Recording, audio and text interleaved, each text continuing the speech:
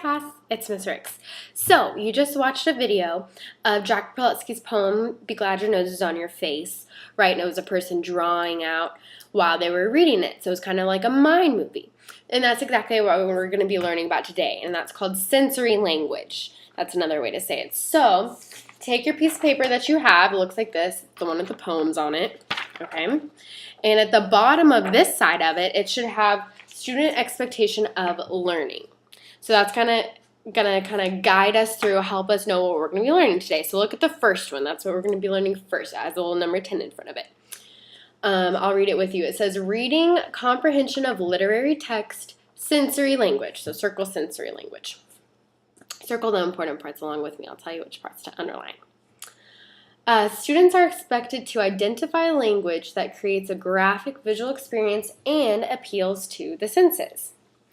So it says students are expected to, that's a little clue. That's what you're going to have to do. This is what you're going to have to do. So listen up. What comes next is what you're going to have to do.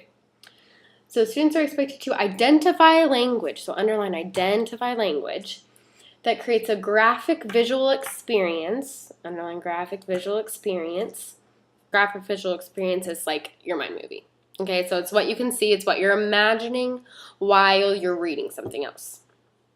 Okay, but then let's look at that next part. Appeals to the senses. Underline appeals to the senses.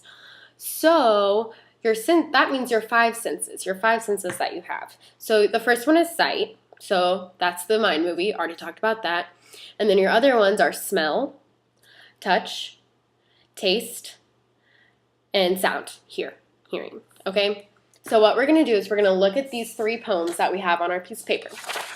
Okay, and we're going to go through and highlight where all the sensory language is. So we're going to find all the language that appeals to our senses, and you're going to use your crayons that you have at your lab. They're in a Ziploc bag, and we're going to underline all the parts that we see that appeal to our different senses. So right here underneath this poem, the fog right here, or fog, I mean, there's a little key, and so that's how we're going to know.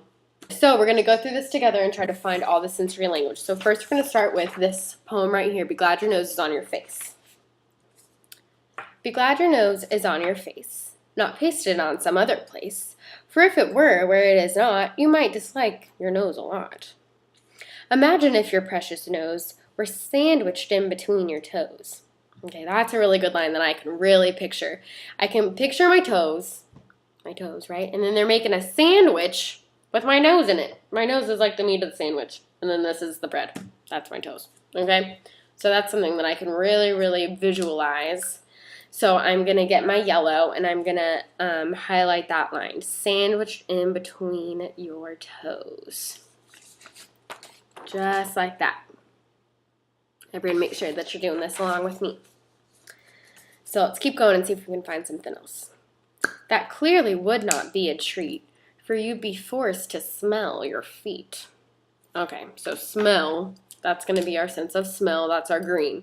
So let's highlight that line. You'd be forced to smell your feet. You can kind of think of what that would smell like, kind of how your shoes might smell. Probably not too great. Okay, so now let's keep going and see if we can find any other language. Sensory language.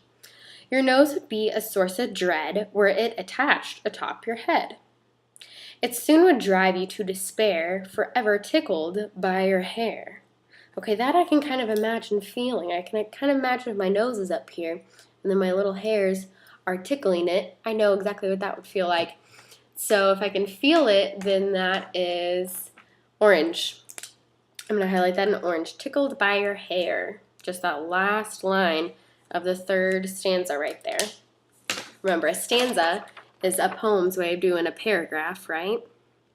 So right there, be sure that you have that highlighted. Okay. Within your ear, your nose would be an absolute catastrophe. For when you were obliged to sneeze, your brain would rattle from the breeze. Your nose instead, through thick and thin, remains between your eyes and chin. Not pasted on some other place, be glad your nose is on your face. Okay, so in that poem, we found 3 instances of sensory language. So that's pretty good. We found 3 different senses. Look at the next one, fog. Just right here. Okay. Fog by Carl Sandburg. The fog comes on little cat feet. Okay, so you can kind of imagine that, right? Fog is when there's like a cloud, but it's on the ground, and so it makes it really hard to see. So you can imagine fog kind of coming in on little cat feet, right? Really soft and kind of sneaky. Maybe people don't really know it's coming. So we can visualize that. We can visualize a little cat coming in. So we're going to use our yellow to highlight that part. Fog comes on little cat feet. Fog comes on little cat feet right there. So be sure that you mark that with your yellow crayon. Okay, let's keep going. It sits looking over harbor and city on silent haunches. That's like an archway of a building. Silent haunches, and then moves on. Okay, so there are a couple things there. You can say it sits looking, so you can kind of imagine a cat. That's really the fog, right? You can imagine the fog sitting looking over at the city. So if you can imagine them seeing that sight, looking over the city, that's going to be yellow, our sense of sight. So let's underline sits looking over harbor and city. On silent haunches. So that's your sense of hearing, your sense of sound. So there's silent haunches, so there's no sound. Flip your piece of paper over to backward bill. It should look like this. Okay, I have a little picture with it to help you visualize. So I'm going to read it again and then we'll stop when we hear some sensory language. Backward bill.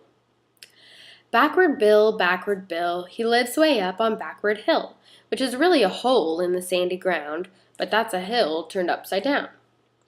Backward Bill's got a backward shack with a big front porch that's built out back. Okay, you can kind of visualize that, right? A big front porch with maybe a little rocking chair, swing, I don't know. But it's in the back. It's in the back of the house. So you can visualize that. So we're going to get our yellow and highlight big front porch built out back. Okay, that's on the second stanza. Remember, a stanza is a paragraph for a poem. That's just what poems call paragraphs. It's going to be in the second line of the second stanza. Okay, I'm going to keep going. You walk through the window and look out the door. And the cellar is up on the very top floor. Backward Bill, he rides like the wind. Don't know where he's going, but sees where he's been. His spurs, they go neigh. His horse, it goes clang.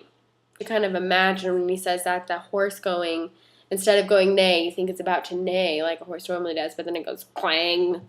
You can kind of hear that, right? So that appeals to your sense of hearing or your sense of sound. So that's blue.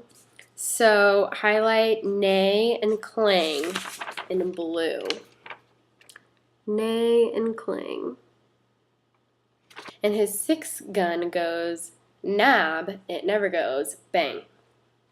Backward Bill's got a backward pup. They eat their supper when the sun comes up.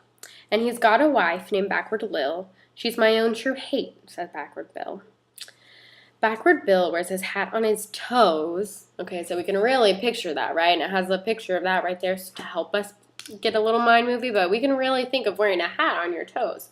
So get your yellow and highlight that, hat on his toes, and puts on his underwear over his clothes. Okay, we can imagine that too, so highlight that in yellow too.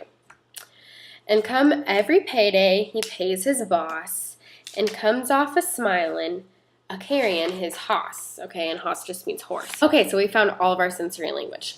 Now, we're going to move on to the second part of the lesson. And so turn back to your student expectations of learning, which is on this page at the bottom. And we're going to look at the second one, number 6. Okay? Reading comprehension of literary text poetry. So circle poetry, because this one's going to be more about poetry than just sensory text. Get your pencil ready. We're going to underline the important parts. So you should have circled poetry already on the first line. Students understand, make inferences, and draw conclusions about the structure and elements of poetry and provide evidence from the text to support their understanding. Okay, so let's look at the verbs. Students understand, underline that, make inferences, underline that, and draw conclusions. So those are 3 verbs that you're going to do about the structure and elements of poetry. Okay, underline structure and elements. structure and elements of poetry and provide evidence from the text. That's super, super important. So underline that, circle it, do whatever you need to do. We're going to make sure that we have evidence from the text. And the way we're going to do that is we're going to take our poem, and then we're going to, when we say something about whatever it is we're trying to figure out, we're going to say the stanza number, right? Normally it would be the paragraph number in a story, but since it's a poem, they call their paragraphs stanzas. So stanza number and the line number. So that's how we're going to give text evidence when we're doing poetry. Okay? So evidence from the text to support their understanding.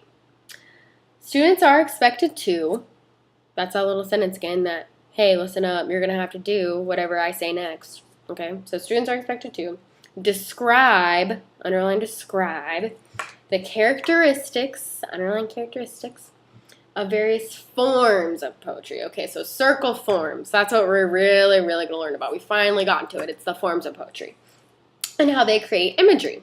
Imagery is just what we can see. It's the mind movie, right? So we already talked about that. We already got that down.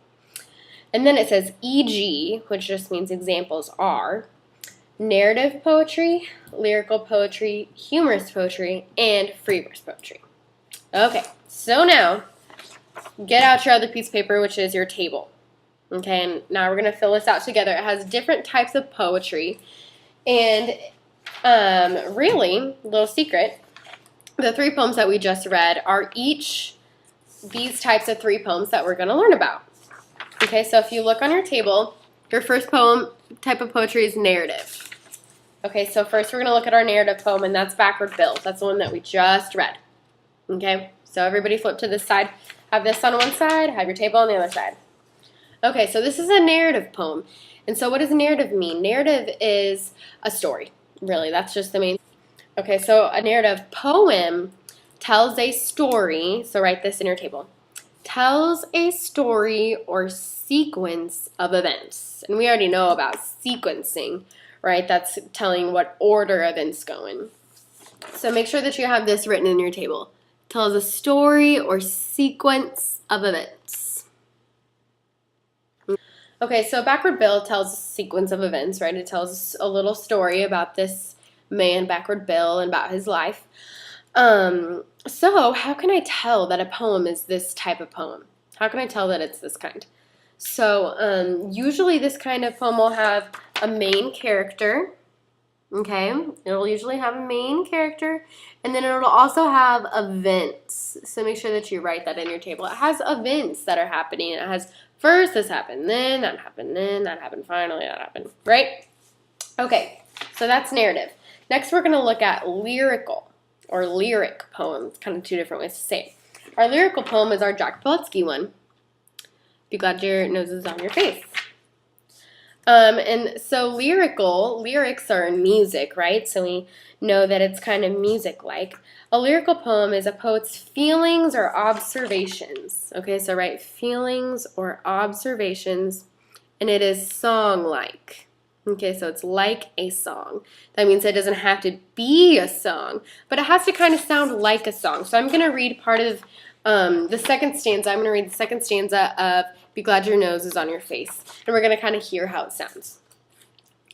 Imagine if your precious nose were sandwiched in between your toes. That clearly would not be a treat, for you'd be forced to smell your feet. Okay, so it's kind of sing-songy, right? You kind of have a rhythm to it and a rhyme. So you can tell that a poem is a lyrical poem because it pretty much always rhymes, right? That's what makes it sound like a sing-songy kind of poem. So write rhymes down there in that box. And then below that, write feelings or something they observe. So it's going to be about the author's feelings. It might be about all their intimate feelings, the things that they're feeling on the inside, or it's going to be about something they observe, and that's what this one's about. They're just kind of thinking about the nose, right? Jack Pilecki is just thinking about what it would be like if the nose was somewhere else. Now our last poem is just this short one here, Fog. And so this is called a free verse poem. This is our example of free verse. And for what is it in this little box right here? Right, follows no rules. Yep, that's right. Totally free. Follows no rules. So it doesn't have to rhyme. So write that in your little box. It usually doesn't rhyme, right? And it might have some strange patterns in it. Strange patterns, write that down too. Strange patterns, like it might have some strange punctuation, it might have some strange spacing, or it might spell things however they want to, because there's just no rules. And so like in fog, you can tell that this one doesn't rhyme. There's no rhyming words in here. It's just kind of, it's not a story. It's not telling you a story. It's just kind of talking about fog and kind of making, doing a little bit of personification with that. And so that's just the poem that they wanted to do. So they wrote it that way. So that's free verse. And then the last one that it kind of talks about in your standard here is humorous, okay? And so humor is just if something's funny. Your sense of humor is if something's funny. So anything that you think is kind of funny is a humorous poem. So those are all the different kinds of poetry. Now you know all the different kinds, and you know how to spot sensory language. Okay, so be sure to put this table and your poetry with all your highlights in your folder to turn into me, and you're good to go. You know everything you need to know.